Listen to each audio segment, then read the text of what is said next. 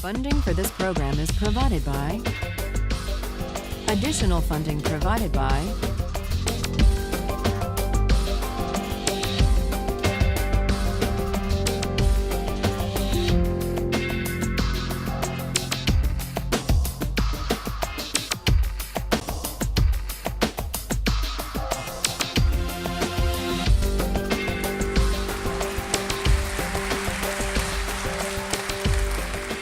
This is a course about justice, and we begin with a story. Suppose you're the driver of a trolley car, and your trolley car is hurtling down the track at 60 miles an hour, and at the end of the track you notice 5 workers working on the track. You try to stop, but you can't. Your brakes don't work. You feel desperate because you know that if you crash into these 5 workers, they will all die. Let's assume you know that for sure. And so you feel helpless until you notice that there is, off to the right, a side track. And at the end of that track, there's one worker working on the track.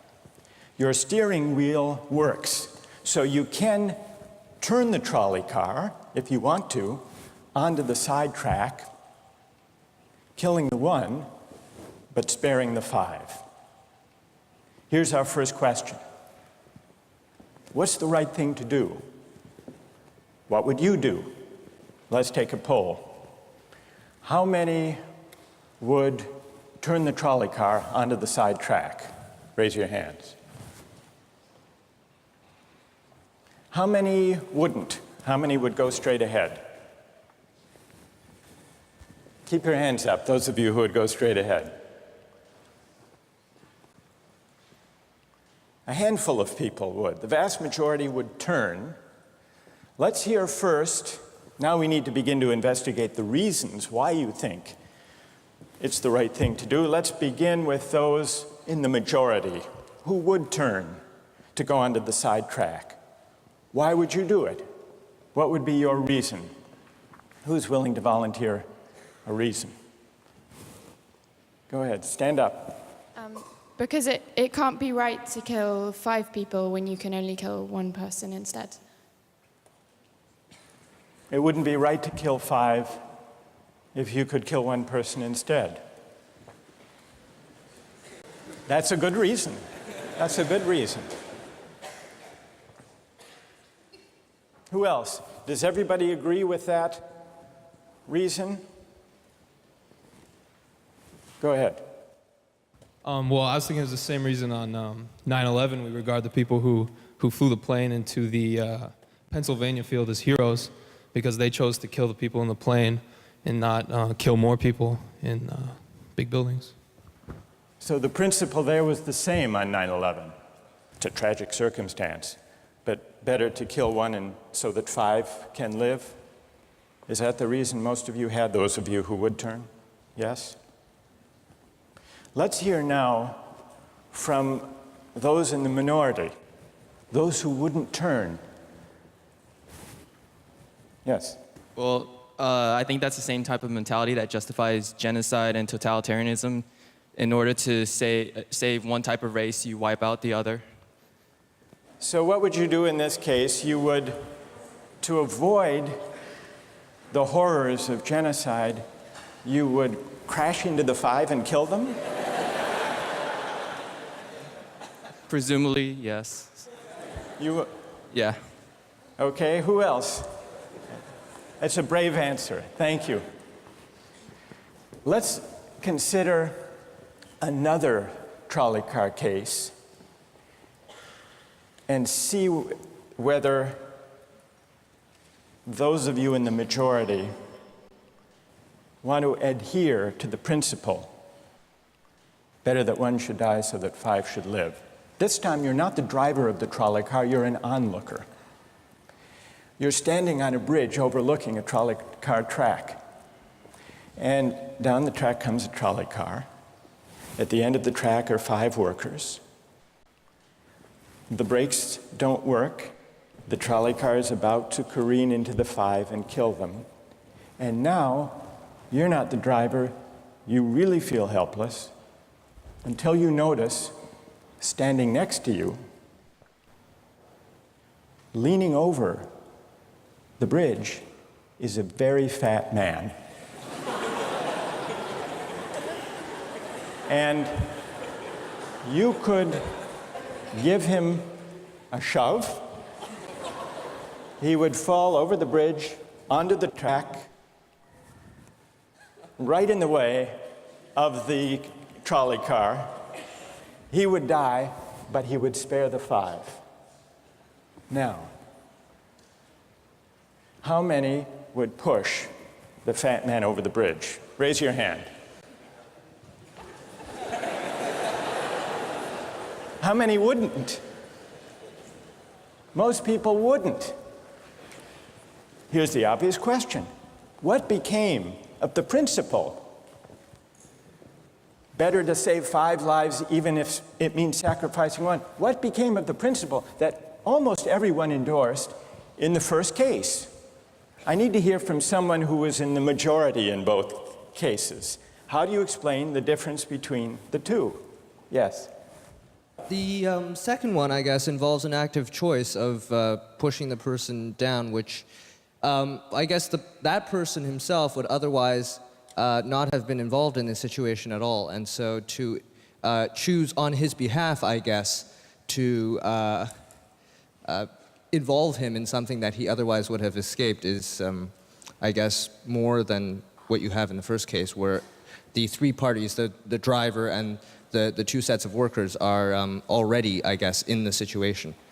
But the guy working, the one on the track off to the side, he didn't choose to sacrifice his life any more than the fat man did he?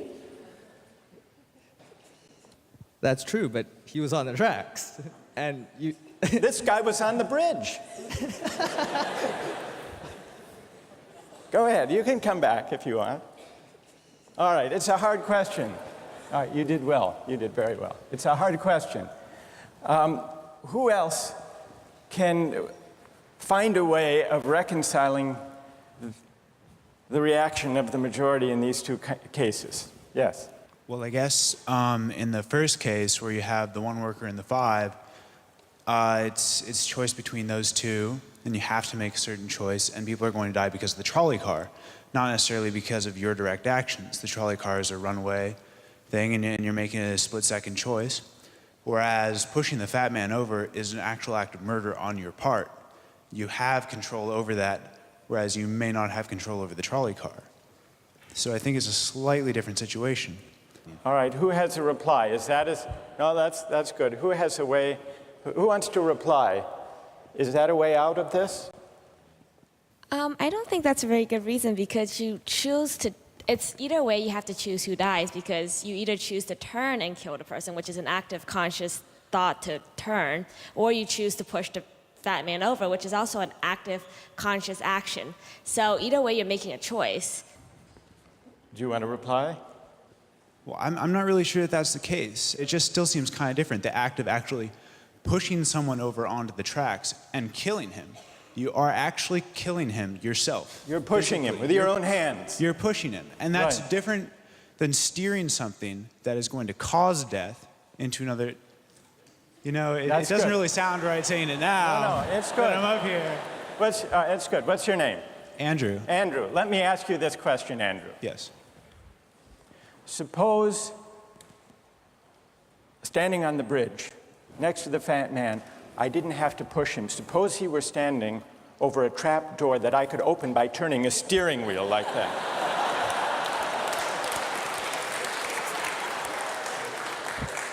Would you turn? For some reason, that still just seems more wrong. Right? I mean, maybe if you accidentally like leaned into the steering wheel or something like that. But or say that the car is hurtling towards a switch that will drop the trap.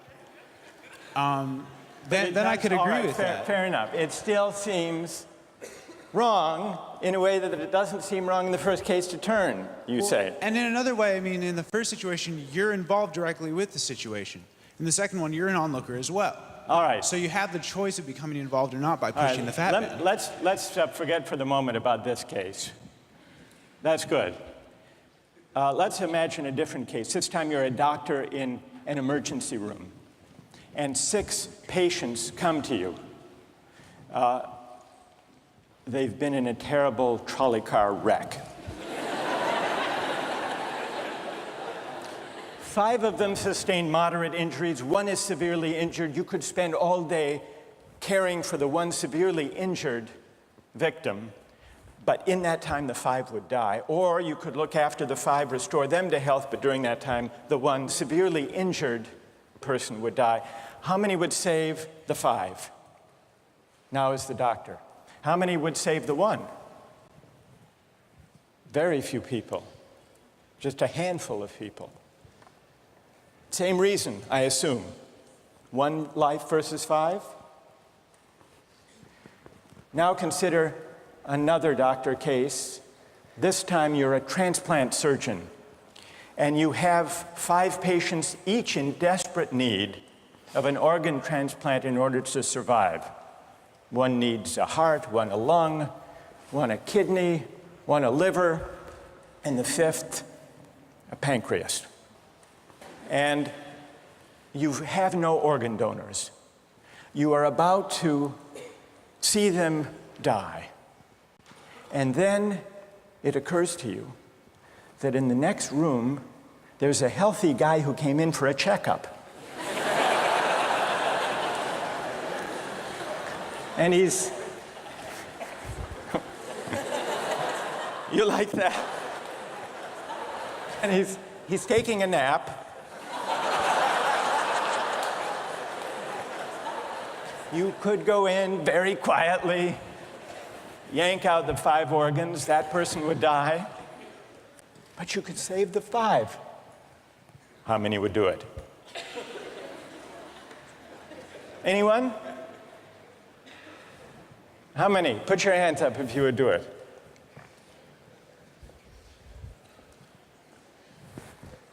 Anyone in the balcony? You would? Be careful, don't lean over too much. What?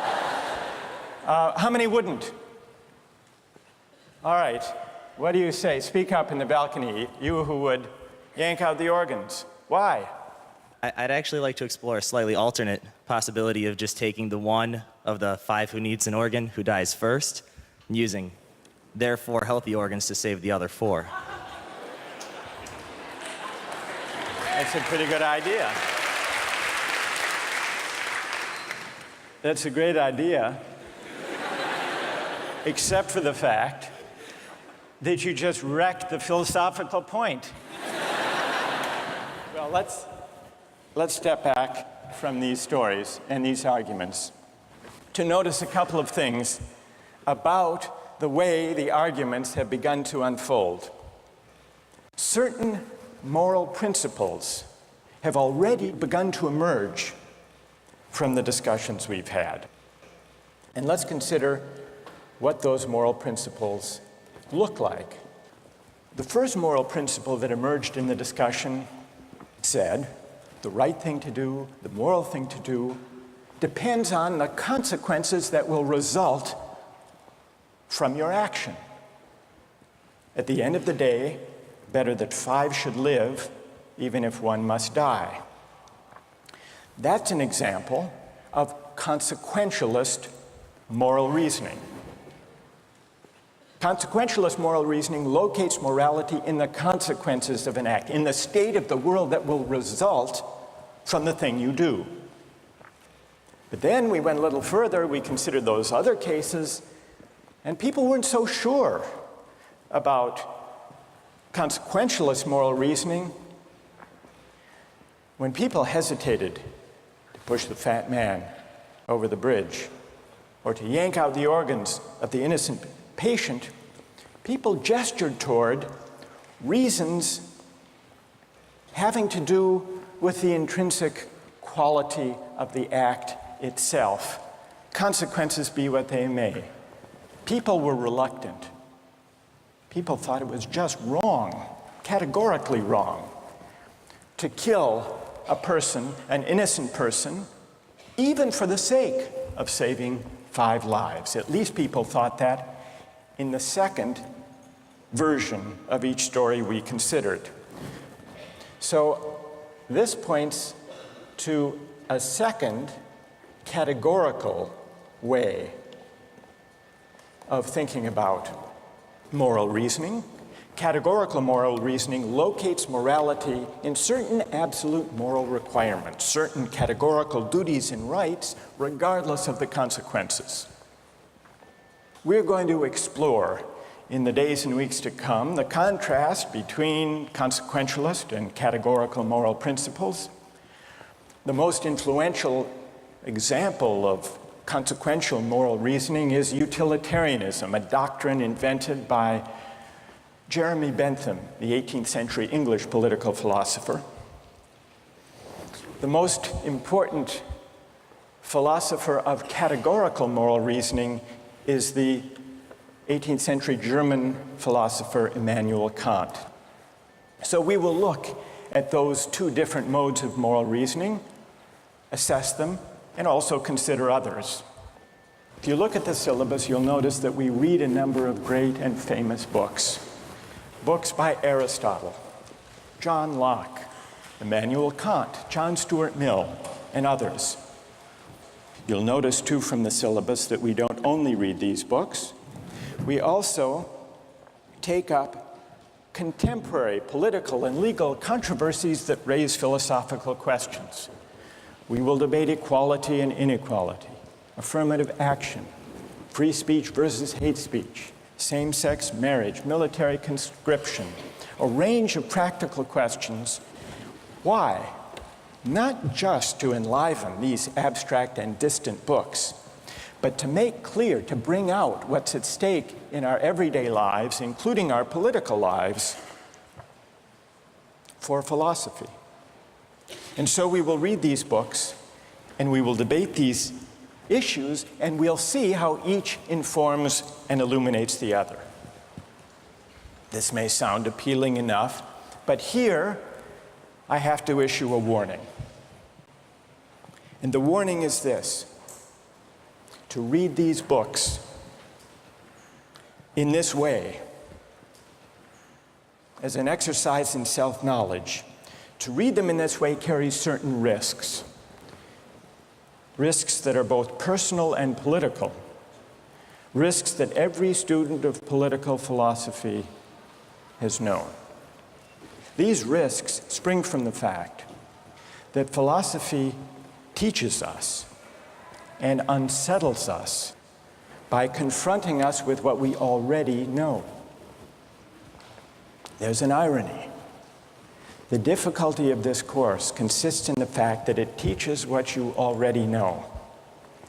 It works by taking what we know from familiar, unquestioned settings and making it strange. That's how those examples worked. The hypotheticals with which we began, with their mix of playfulness and sobriety. It's also how these philosophical books work. Philosophy estranges us from the familiar, not by supplying new information, but by inviting and provoking a new way of seeing. But, and here's the risk, once the familiar turns strange, it's never quite the same again. Self-knowledge is like lost innocence. However unsettling you find it, it can never be unthought or unknown. What makes this enterprise difficult, but also riveting, is that moral and political philosophy is a story, and you don't know where the story will lead, but what you do know is that the story is about you. Those are the personal risks. Now what of the political risks? One way of introducing a course like this would be to promise you that by reading these books and debating these issues, you will become a better, more responsible citizen. You will examine the presuppositions of public policy. You will hone your political judgment. You will become a more effective participant in public affairs. But this would be a partial and misleading promise. Political philosophy, for the most part, hasn't worked that way. You have to allow for the possibility that political philosophy may make you a worse citizen rather than a better one, or at least a worse citizen before it makes you a better one. And that's because philosophy is a distancing, even debilitating activity. And you see this going back to Socrates. There's a dialogue, the Gorgias, in which one of Socrates' friends, Callicles, tries to talk him out of philosophizing. Callicles tells Socrates, philosophy is a pretty toy if one indulges in it with moderation at the right time of life. But if one pursues it further than one should, it is absolute ruin. Take my advice, Callicles says. Abandon argument. Learn the accomplishments of active life. Take for your models not those people who spend their time on these petty quibbles, but those who have a good livelihood and reputation and many other blessings. So Callicles is really saying to Socrates, quit philosophizing, get real, go to business school. And Callicles did have a point. He had a point because philosophy distances us from conventions, from established assumptions, and from settled beliefs. Those are the risks, personal and political. And in the face of these risks, there is a characteristic evasion. The name of the evasion is skepticism. It's the idea, well, it goes something like this. We didn't resolve once and for all either the cases or the principles we were arguing when we began. And if Aristotle and Locke and Kant and Mill haven't solved these questions after all of these years, who are we to think that we here in Sanders Theater over the course of a semester can resolve them? And so maybe it's just a matter of each person having his or her own principles and there's nothing more to be said about it. No way of reasoning. That's the evasion of skepticism, to which I would offer the following reply. It's true, these questions have been debated for a very long time. But the very fact that they have recurred and persisted may suggest that though they're impossible in one sense, they're unavoidable in another. And the reason they're unavoidable, the reason they're inescapable, is that we live some answer to these questions every day. So skepticism, just throwing up your hands and giving up on moral reflection, is no solution. Immanuel Kant described very well the problem with skepticism when he wrote, "Skepticism is a resting place for human reason, where it can reflect upon its dogmatic wanderings, but it is no dwelling place for permanent settlement. Simply to acquiesce in skepticism," Kant wrote, "can never suffice to overcome the restlessness of reason."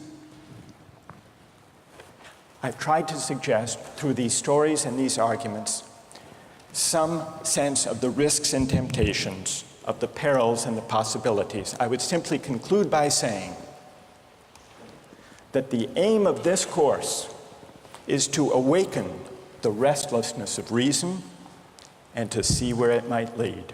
Thank you very much.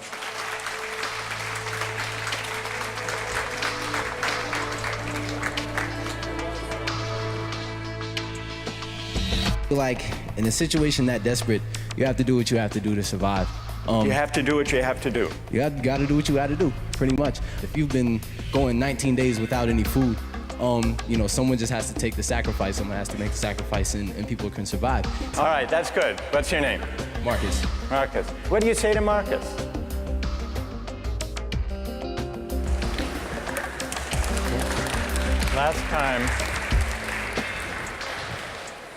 We started out last time with some stories, with some moral dilemmas about trolley cars and about doctors and healthy patients vulnerable to being victims of organ transplantation, we noticed two things about the arguments we had.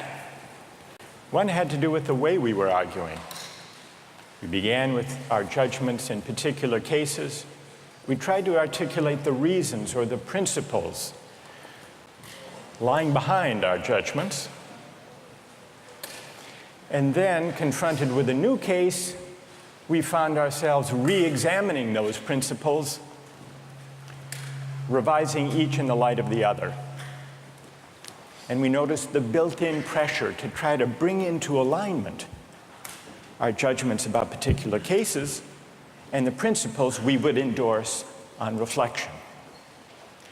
We also noticed something about the substance of the arguments that emerged from the discussion. We noticed that sometimes we were tempted to locate the morality of an act in the consequences, in the results, in the state of the world that it brought about. And we called this consequentialist moral reasoning. But we also noticed that in some cases, we weren't swayed only by the result. Sometimes, many of us felt that not just consequences, but also the intrinsic quality or character of the act matters morally. Some people argued that there are certain things that are just categorically wrong, even if they bring about a good result, even if they save 5 people at the cost of 1 life. So we contrasted consequentialist moral principles with categorical ones. Today, and in the next few days, we will begin to examine one of the most influential versions of consequentialist moral theory, and that's the philosophy of utilitarianism. Jeremy Bentham, the 18th century English political philosopher, gave the first clear systematic expression to the utilitarian moral theory. And Bentham's idea, his essential idea, is a very simple one, with a lot of morally intuitive appeal. Bentham's idea is the following: the right thing to do, the just thing to do, is to maximize utility. What did he mean by utility? He meant by utility the balance of pleasure over pain, happiness over suffering. Here's how he arrived at the principle of maximizing utility. He started out by observing that all of us, all human beings, are governed by 2 sovereign masters, pain and pleasure. We human beings like pleasure and dislike pain. And so we should base morality, whether we're thinking about what to do in our own lives, or whether as legislators or citizens we're thinking about what the laws should be. The right thing to do individually or collectively is to act in a way that maximizes the overall level of happiness. Bentham's utilitarianism is sometimes summed up with the slogan, "the greatest good for the greatest number." With this basic principle of utility on hand, let's begin to test it and to examine it by turning to another case, another story, but this time not a hypothetical story, a real-life story, the case of the Queen versus Dudley and Stevens. This was a 19th century British law case that's famous and much debated in law schools. Here's what happened in the case. I'll summarize the story, then I want to hear how you would rule. imagining that you're the jury.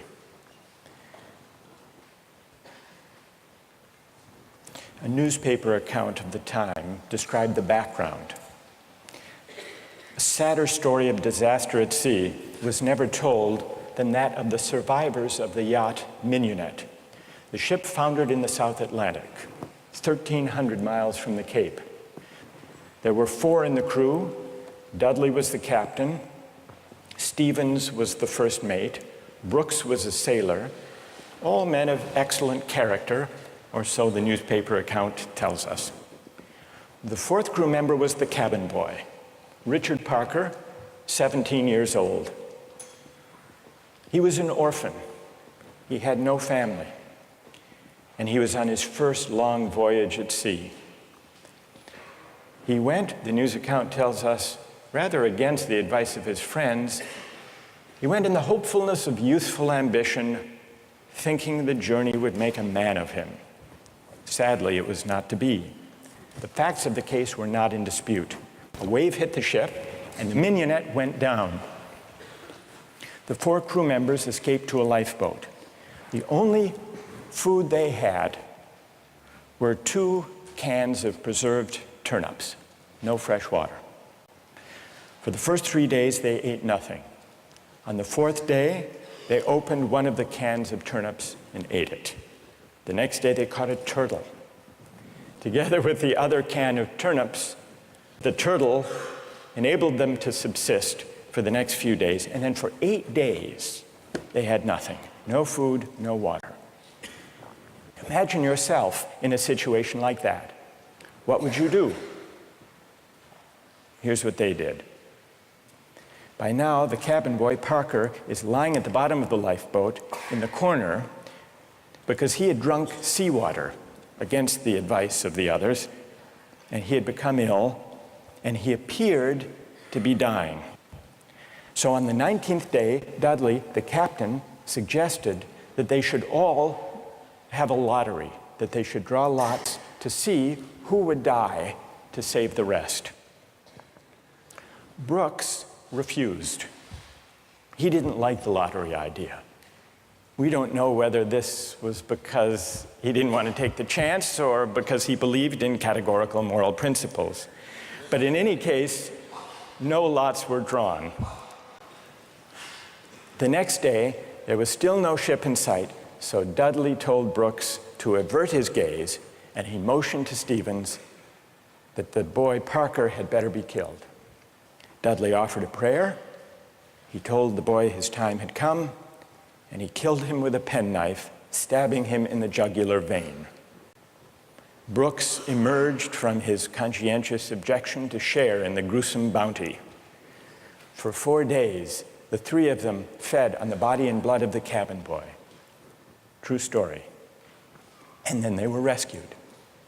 Dudley describes their rescue in his diary with staggering euphemism, quote, "On the 24th day, as we were having our breakfast, a ship appeared at last. The 3 survivors were picked up by a German ship. They were taken back to Falmouth in England, where they were arrested and tried.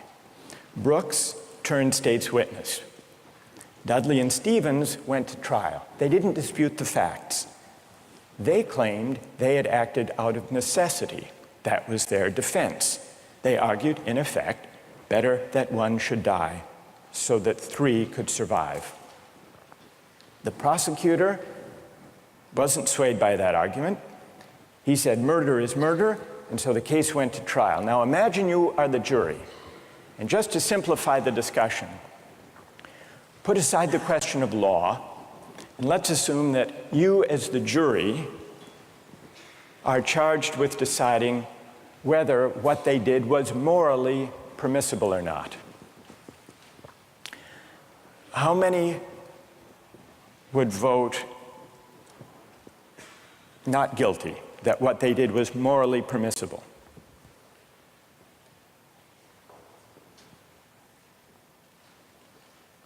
And how many would vote guilty, what they did was morally wrong?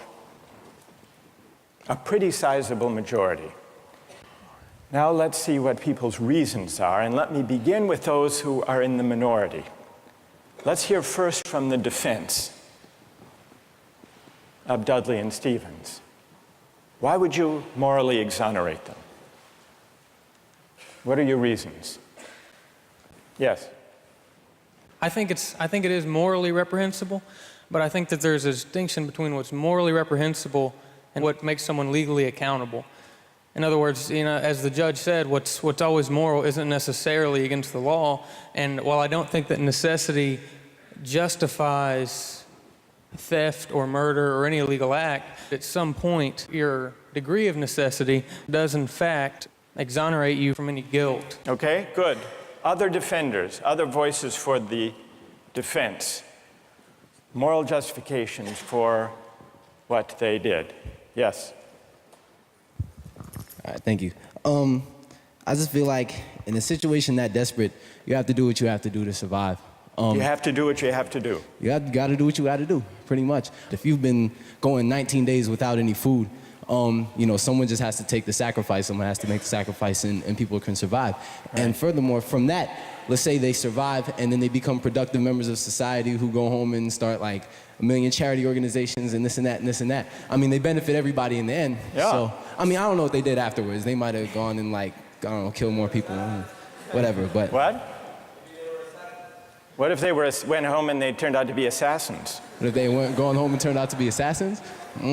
Well, you'd want to know who they assassinated. That's true, too. That's fair. That's fair. Okay. I want to know who they assassinated. All right, that's good. What's your name? Marcus. Marcus. All right. We've heard a defense, a couple of voices for the defense. Now we need to hear from the prosecution. Most people think what they did was wrong. Why? Yes. One of the first things that I was thinking was, if they haven't been eating for a really long time, maybe they're mentally affected, and so then that could be used as a defense, a possible argument that they weren't in the proper state of mind, they weren't making decisions they might otherwise be making, and if that's an appealing argument that you have to be in an altered mindset to do something like that, it suggests that people who find that argument convincing do think that they were acting immorally. But I want to know what you think. You defend them. You vote to convict, right? Yeah, I don't think that they acted in a morally appropriate way. And why not? What do you say? Here's Marcus. He just defended them. He said, you heard what he said. Yes. Yes. That you've got to do what you've got to do in a case like that. Yeah. What do you say to Marcus? That there's no situation that would allow human beings to take the idea of fate or the other people's lives in their own hands, that we don't have that kind of power. Good. Okay. Thank you. And what's your name? Britt. Britt? Yes. Okay. Who else? What do you say? Stand up. I'm wondering if Dudley and Stephen had asked for Richard Parker's consent in, dying, if that would that exonerate them from an act of murder? And if so, is that still morally justifiable? That's interesting. All right, consent. Wait, hang on. What's your name? Kathleen. Kathleen says, suppose they had asked, what would that scenario look like? So in the story, Dudley is there, penknife in hand, but instead of the prayer, or before the prayer, he says, Parker, would you mind? We're desperately hungry, as Marcus empathizes with. We're desperately hungry. You're not going to last long anyhow. Yeah. You can be a martyr. Would you be a martyr? Yeah. How about it, Parker? Then what do you think? Would it be morally justified then? Suppose Parker, in his semi-stupor, says, okay. I don't think it would be morally justifiable, but I'm wondering even then it wouldn't be. No. You don't think that even with consent, it would be morally justified. Are there people who think, who want to take up Kathleen's consent idea and who think that that would make it morally justified. Raise your hand if it would, if you think it would. That's very interesting. Why would consent make a moral difference? Why would it? Yes. Well, I just think that if he was making his own original idea and it was his idea to start with, then that would be the only situation in which I would see it being appropriate in any way. Because that way you couldn't make the argument that he was pressured, you know, it's 3-to-1 or whatever the ratio was. Right. And I think that if he was making a decision to give his life, then he took on the agency to sacrifice himself, which some people might see as admirable, and other people might disagree with that decision. So if he came up with the idea, that's the only kind of consent we could have confidence in morally, then it would be okay. Otherwise, it would be kind of coerced consent under the circumstances, you think. Is there anyone who thinks that even the consent of Parker would not justify their killing him? Who thinks that? Yes, tell us why. Stand up. I think that Parker would be killed with the hope that the other crew members would be rescued. So there's no definite reason that he should be killed because you don't know when they're going to get rescued. So if you kill him, it's killing him in vain. Do you keep killing a crew member until you're rescued and then you're left with no one? Because someone's going to die eventually. Well, the moral logic of the situation seems to be that they would keep on picking off the weakest, maybe, one by one, until they were rescued. And in this case, luckily, they were rescued when 3 at least were still alive. Now, if Parker did give his consent, would it be all right, do you think, or not? No. No. It still wouldn't be right. And tell us why it wouldn't be all right. First of all, cannibalism, I believe, is morally incorrect. So you shouldn't be eating a human anyway. So cannibalism is morally objectionable as such. So then, even on the scenario of waiting until someone died, still it would be objectionable.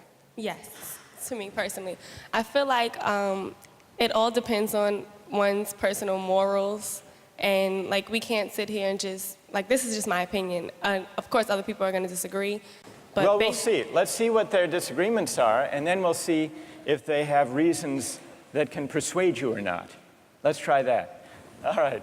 Let's, now, is there someone who can explain, those of you who are tempted by consent, can you explain why consent makes such a moral difference? What about the lottery idea? Does that count as consent? Remember, at the beginning, Dudley proposed a lottery. Suppose that they had agreed to a lottery, then how many would then say it was all right? Suppose there were a lottery, cabin boy lost, and the rest of the story unfolded. Then how many people would say it was morally permissible?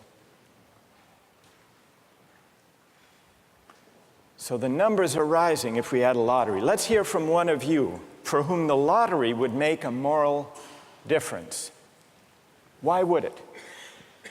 I think the essential element in my mind that makes it a crime is the idea that they decided at some point that their lives were more important than his, and that, I mean, that's kind of the basis for really any crime, right? It's like, my needs, my desires are more important than yours, and mine take precedent.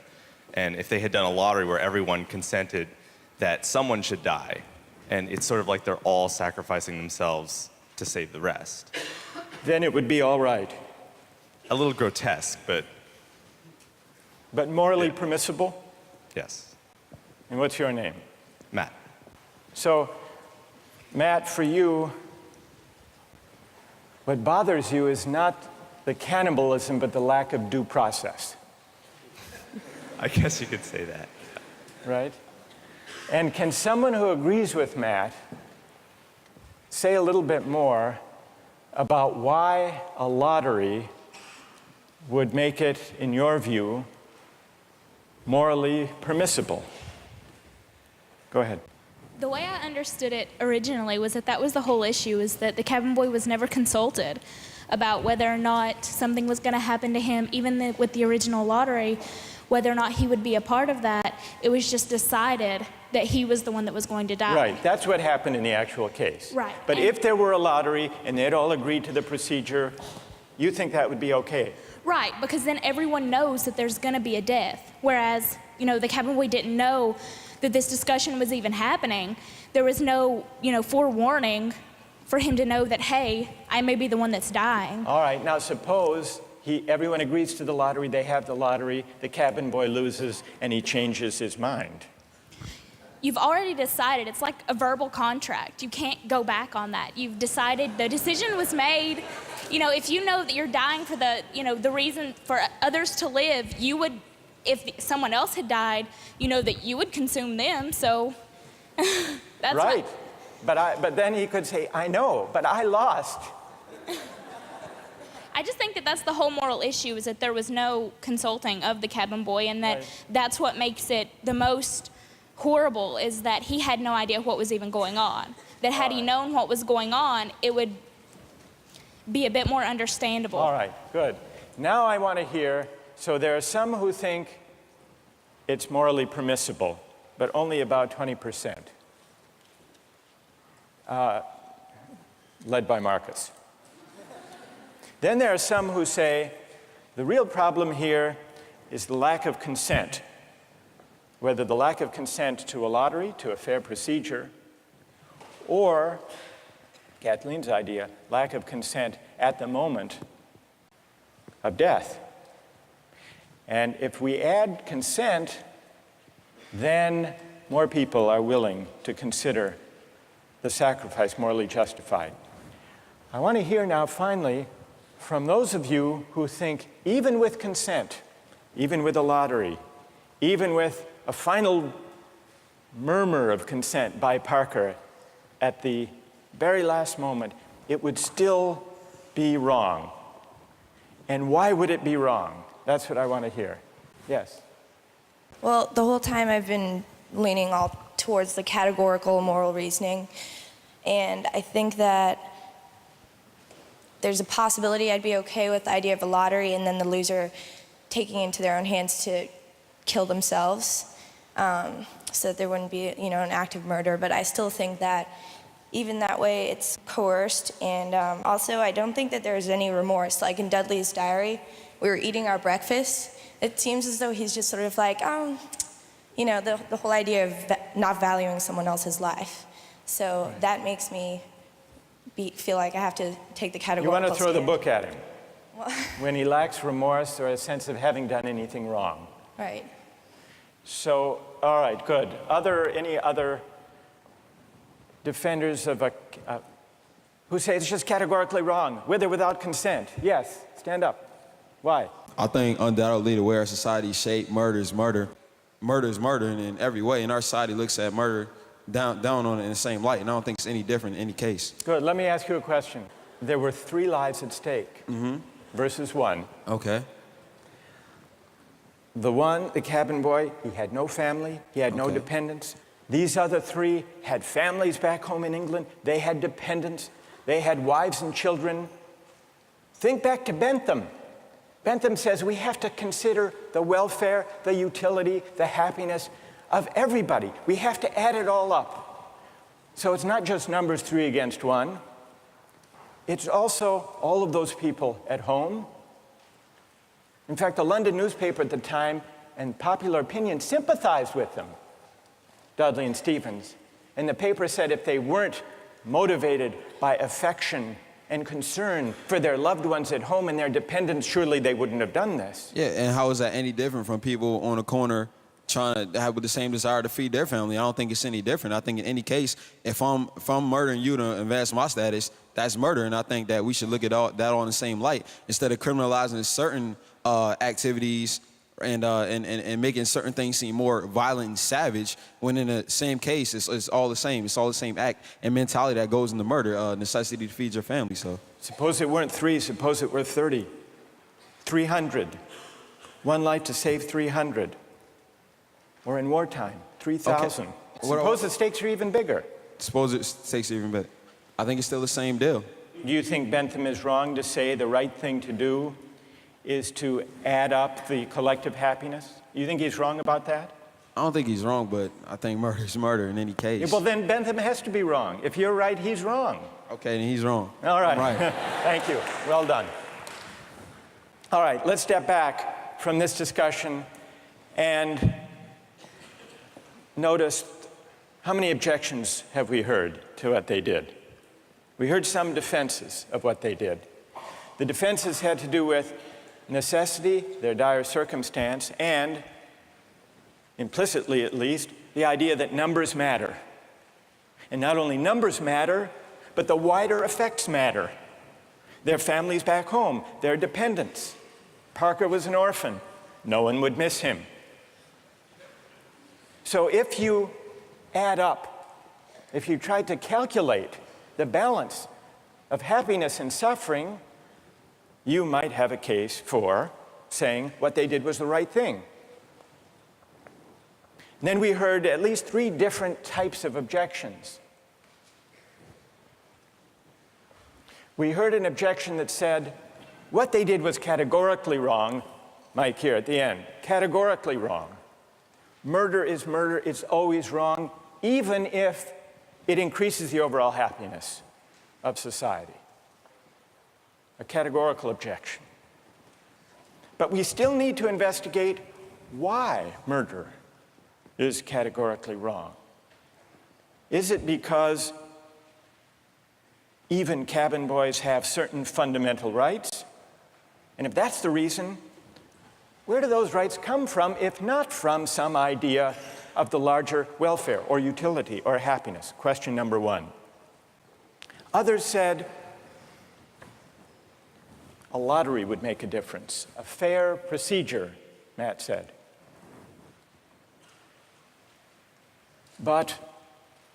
And some people were swayed by that. That's not a categorical objection exactly. It's saying everybody has to be counted as an equal, even though at the end of the day, one can be sacrificed for the general welfare. That leaves us with another question to investigate. Why does agreement to a certain procedure, even a fair procedure, justify whatever result flows from the operation of that procedure? Question number 2. And question number 3, the basic idea of consent. Kathleen got us onto this. If the cabin boy had agreed himself, and not under duress, as was added, then it would be all right to take his life to save the rest. And even more people signed on to that idea. But that raises a third philosophical question. What is the moral work that consent does? Why does an act of consent make such a moral difference that an act that would be wrong, taking a life without consent, is morally permissible with consent? To investigate those 3 questions, we're going to have to read some philosophers. And starting next time, we're going to read Bentham and John Stuart Mill, utilitarian philosophers. Don't miss the chance to interact online with other viewers of Justice. Join the conversation, take a pop quiz, watch lectures you've missed, and learn a lot more. Visit justiceharvard.org. It's the right thing to do.